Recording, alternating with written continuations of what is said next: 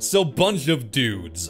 More like bunch of unemployed dudes now, am I right? Oh yeah, we're going there. I'm so jovial and happy about this. This makes my entire week. For those of you that don't know, yesterday, BunchOD00dz, a developer on Steam, and their general publisher, ArcaneRaise, were kicked off the storefront. They were nuked out of existence completely, along with the dozens of items they had on Steam. These guys were the bane of my existence on my channel for the last, I'd say, 8 months or so. They were the ones responsible for games like ISIS Simulator, Asset Flip Simulator, Black Screen Simulator, and the game that I called the worst game ever of 2017, Glitch Simulator 2018. They're all gone off the storefront now, and I couldn't be happier.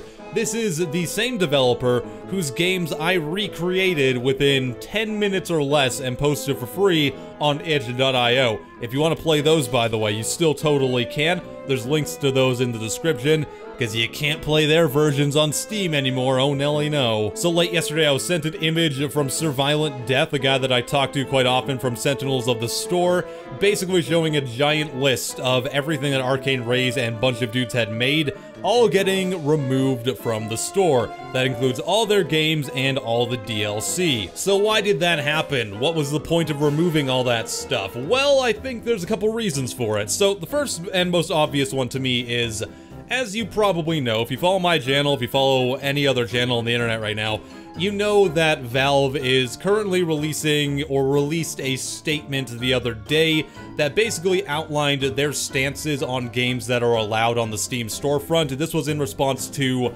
active shooters removal and its controversy that happened last week, where mainstream media picked it up and started talking about like an active school shooting simulator game being on Steam. And this was also in response to the other controversy that happened before that, which was to do with adult games getting flagged for removal, being told that they had to censor and edit their content to remain on Steam. Valve has gone back on that and allowed them to stay on the platform, so that's totally good. But this all led up to Steam and Valve basically saying, hey, this is the stuff that's allowed, and this is the stuff that isn't. And for the most part, it just confirms things that we already knew. They didn't really say a whole lot of new stuff that we didn't know already.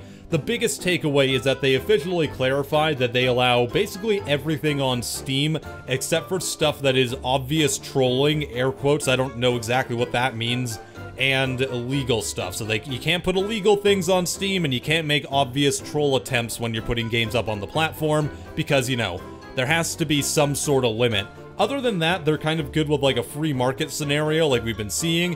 Obviously, that opens up the doors for a lot of crap to go onto Steam. At the same time, though, I'm okay with free markets. It's not a big deal to me because there's very few games on Steam that I've ever said, hey, this needs to be taken off the storefront. That's basically, I've reserved my judgment on that for when games are doing illegal stuff like Mission Escape from Island, stealing menu music from someone, or stealing images from other places, or when games are very obvious trolls like the games that BunchOD00dz were making, things like Asset Flip Simulator that was literally a flat plane that you walked on and nothing else, and they were gladly touting that their games were giant wastes of time with no effort put into them. So I don't necessarily disagree with a lot of the stuff that Valve said. I would personally prefer a lot more curation and quality assurance when games are going up on the storefront, you know, making sure that games have exe files, they have more than 5 seconds of gameplay, that type of thing.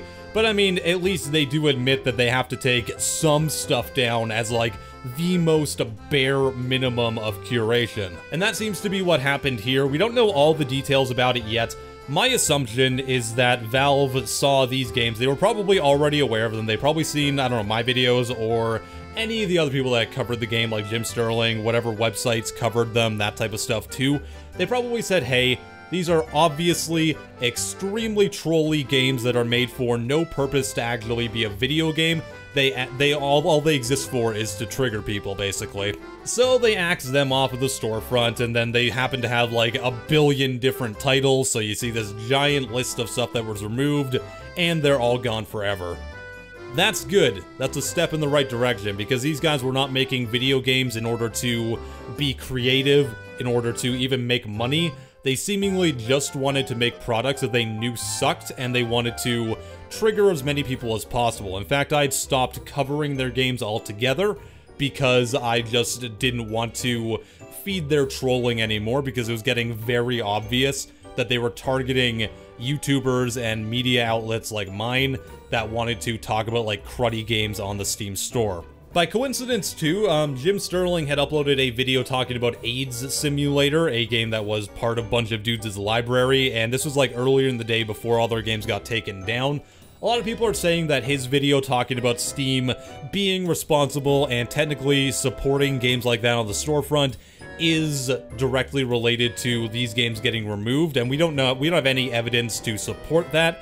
It seems like that could be the case. My assumption and my gut feeling about it is probably that it's more to do with they were looking at the obvious troll games that they had on the platform that they knew about already, and after that announcement that they made the day before, they went in and took out BunchOD00dz and ArcaneRaise, and it just happened to be Jim was making another video talking about one of the games that they had covered.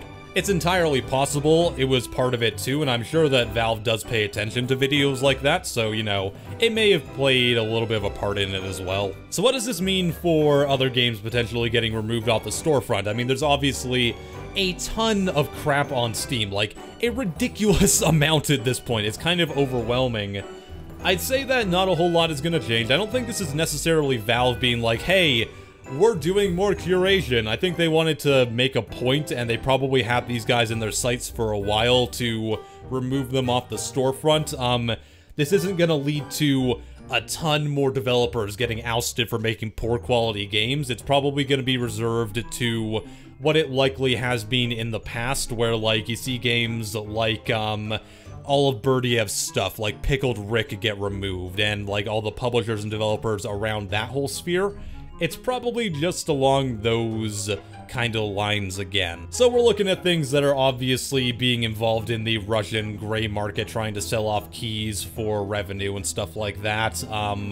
Other developers that are making troll games, you know, your Berdievs, your Acids, that type of stuff. We could see a bit more about it, but I'm just gonna sit back here and laugh at BunchOD00dz getting removed because they were trying to troll channels like mine into covering their games because they thought they were hilarious, but I get to laugh now, and that makes me super happy. So, ha ha ha, ha ha ha, ha ha ha ha ha, ha ha ha ha.